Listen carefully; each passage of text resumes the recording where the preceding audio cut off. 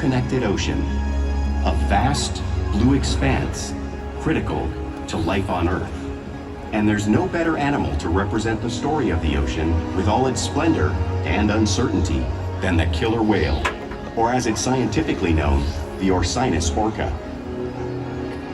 The orca lives in every corner of the ocean, from the Arctic to the Atlantic, the Southern to the Indian, to the mighty Pacific and beyond.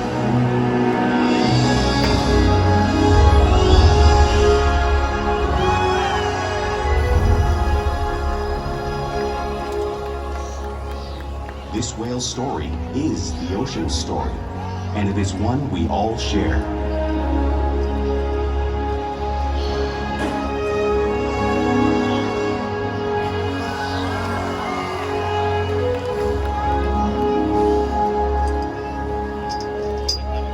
Welcome to SeaWorld's Orca Encounter. I'm Stephanie, and I'm honored to introduce you to this intriguing and majestic animal.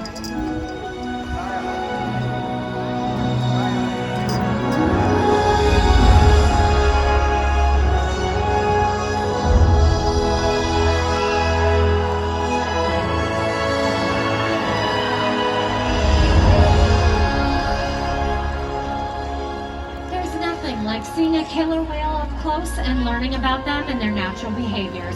We hope this orca encounter will help you better understand these magnificent creatures and all that they represent.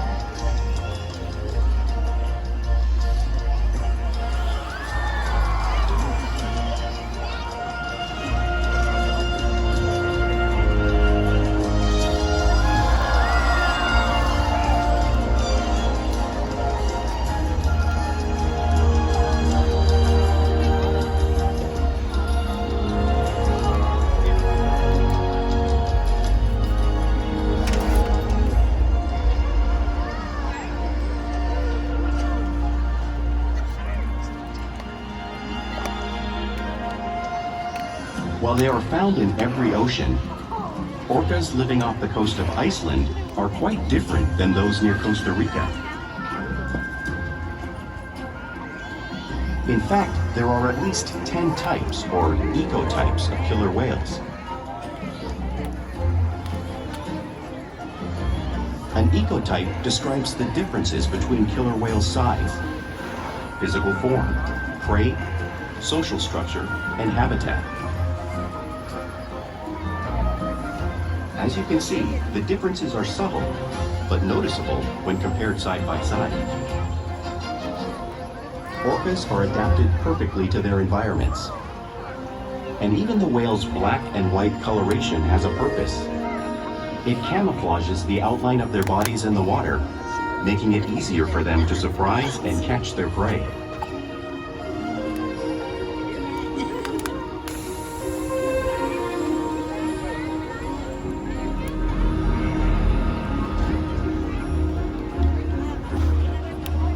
When viewed from above, the black of the whale blends in with the dark depths of the ocean.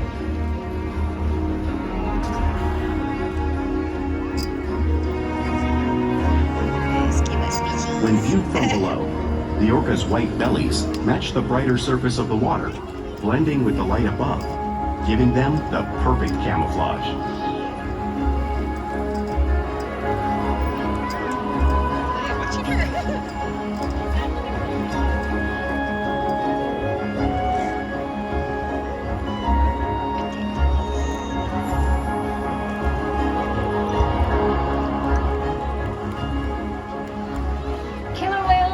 Are a natural wonder, and Corky and Ike are going to help me show you some of their physical characteristics.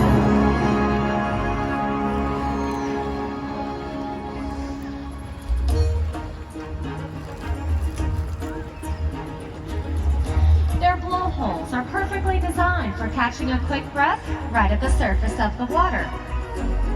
Even the location of their eyes works to their advantage. It looks like their eyes are that giant white patch, but that's a visual distraction. Their eyes are actually located in the black area in front of the white patch, camouflaged from thrashing prey. The fin on the whale's back is called a dorsal fin, and it helps stabilize orcas when they are swimming.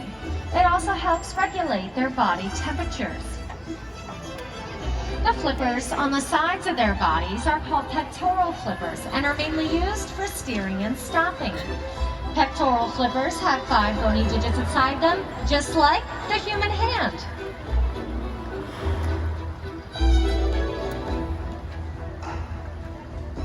The lobes at the end of the tail are called flukes. Tail flukes are a killer whale's engine, propelling them close to 30 miles per hour, as fast as our speedboats. But they swim the fastest and use the most power when propelling their nearly 10,000-pound bodies up and out of the water.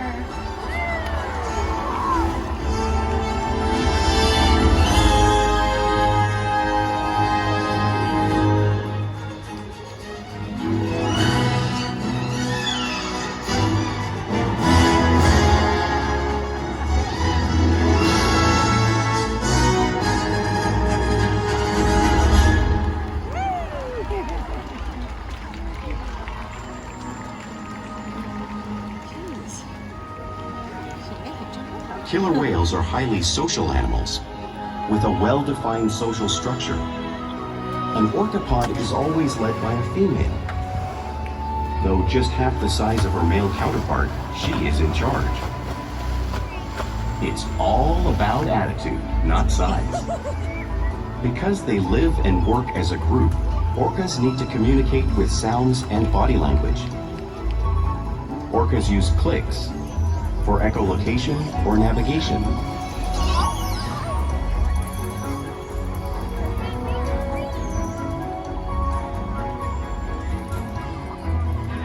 Whistles to socialize in the pod. And calls for group coordination and hunting.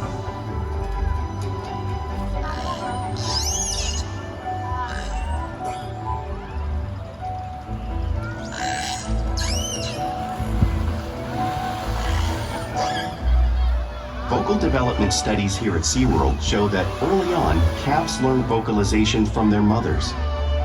But as they grow, they learn from others close to them as well. This is a bottlenose dolphin call that Shuka learned and even taught other killer whales here at SeaWorld. In fact, orcas are the largest members of the dolphin family.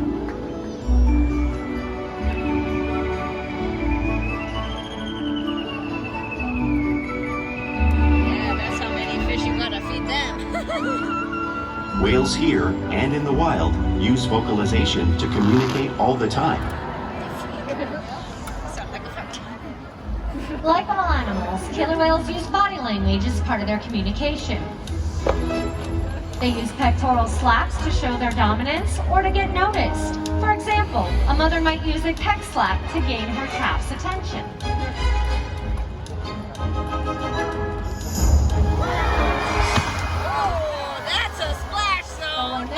To be heard, they'll breathe.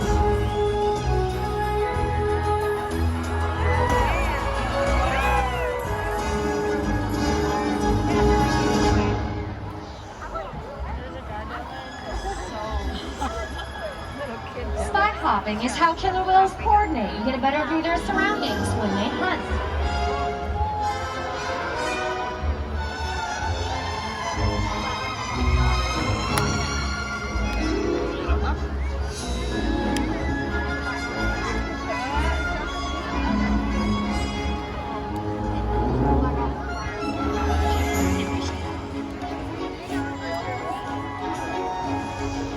Slaps are another form of communication that the killer whale uses in the wild.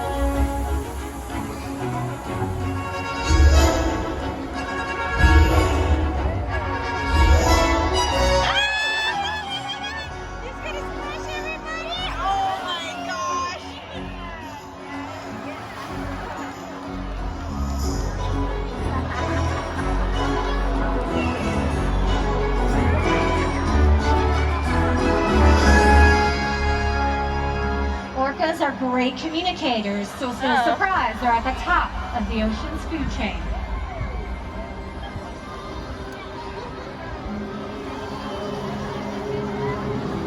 Killer whales work together to rear their young, protect their pod, and most importantly, pursue and catch their prey.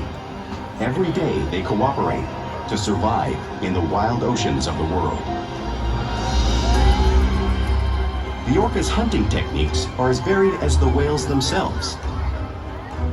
Norwegian killer whales will circle herring, herding them together. The whales use sounds to coordinate with each other and to disorient the herring. With the fish confused and contained, the whales stun them with their powerful tail flukes, making for an easy meal.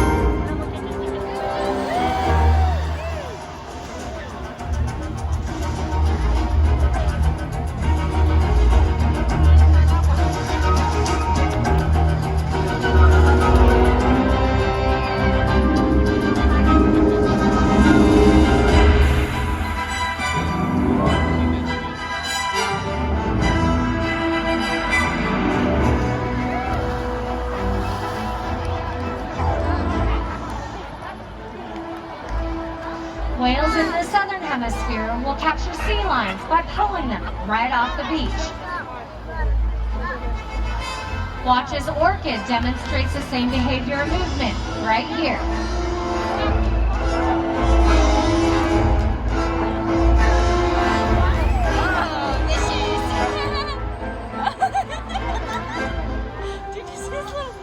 Antarctic orcas will actually create waves that wash over floating ice, knocking seals into the water. Watch as Nakai shows you this same wave-making technique, demonstrating some of the many impressive and complex hunting abilities killer whales have developed around the world.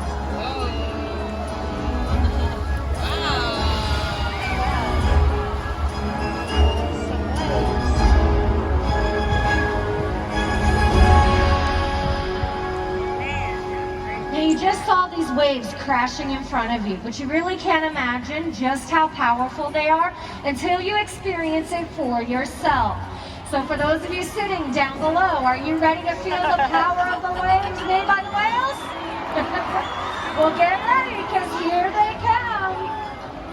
All right, we're starting here to the right. Here comes Orchid. Oh my God. Woo, great job. All right, left side, it's your turn. Nakai's making his way over.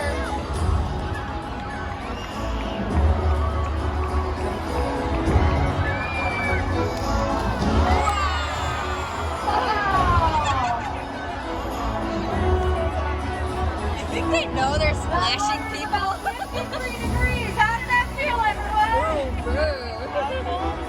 You guys did an excellent job. Great job out there.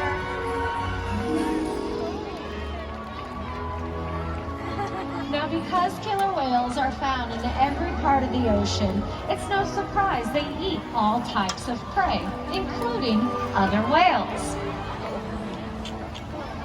The blue whale that you see on the screen there, that's the largest animal in the world. It's 5 times longer and 50 times heavier than the killer whale. So how do killer whales like orca and Nakai size eat a whale that size in the wild? It's all possible because killer whales are the ultimate team players.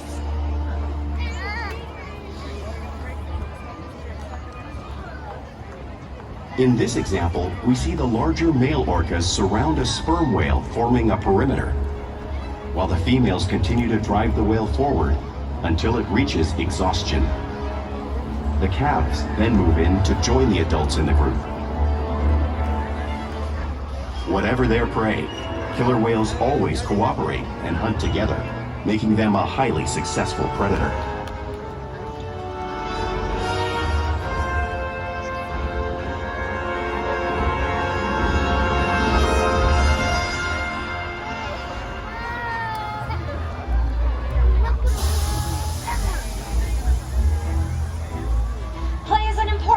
Everyday life for killer whales. It's how they're teaching the whales to hunt and practice their skills as they grow. Orcas spend lots of time interacting and showing their playful side in the wild and here at SeaWorld. Porpoising is when an orca swims fast at the surface, breaking out of the water briefly.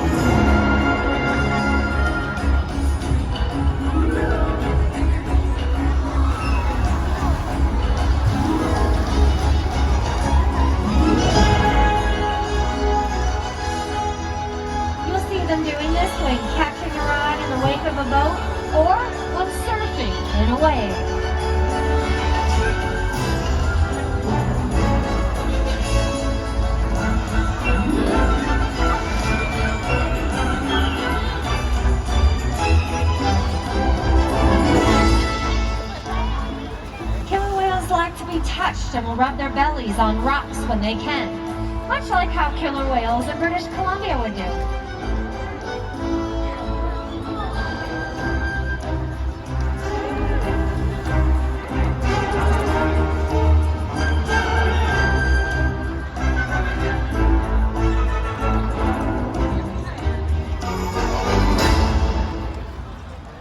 You'll even see whales imitating each other in the wild.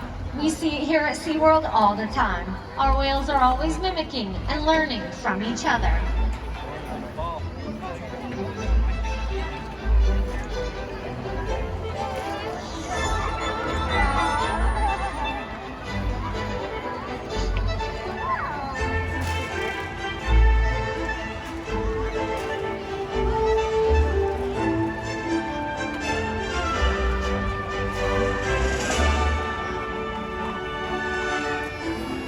Now, playful behavior does have its purpose. For example, a tail whip is a hunting technique used to stun fish. But today, I think these whales just might be stunning all of you.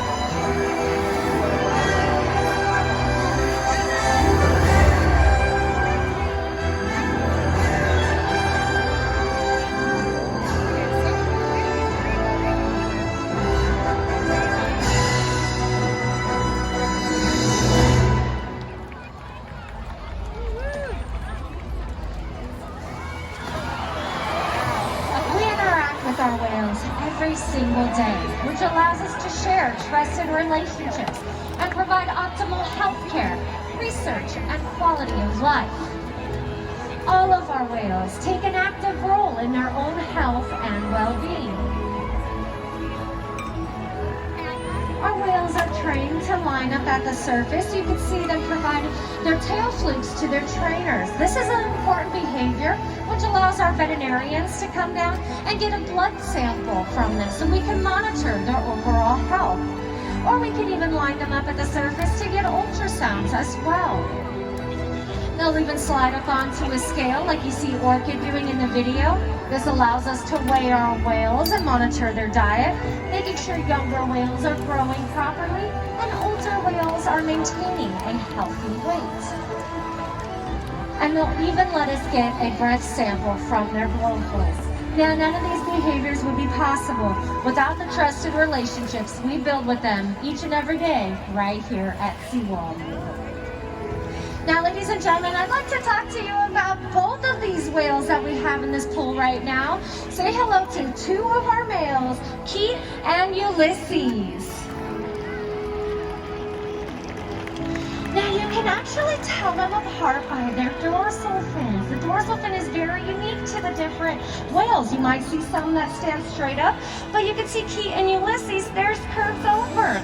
It's because there's no bone or muscle inside of them, so they actually don't even have any control over it. But it's a cool way to tell them apart. Now, diet, exercise, and playtime every day keep our whales in great shape. The whales here at SeaWorld have helped killer whales in the wild by participating in many research studies. One ongoing study monitors the whale's heart rate and breathing to understand how marine noise pollution from ship engines and other sources affect wild populations. In another study, scientists from NOAA, the National Oceanic and Atmospheric Administration, took measurements of the killer whales living here, including pregnant whales. By comparing these measurements with drone footage of killer whales in the wild, scientists are able to monitor the wild population's nutritional and reproductive states. Other research has been done here at SeaWorld on the mother whale's milk composition. This research will help create an effective model to understand how toxins in the ocean impact wild killer whales and their milk supply. What we learn from the whales in our care every day is actively helping whales in the wild survive. And just by being here today, you've supported our rescue, research, and conservation efforts all around the world. If we work together, like the killer whale, we can protect the future of the Osinus orca and this beautiful planet that we all share.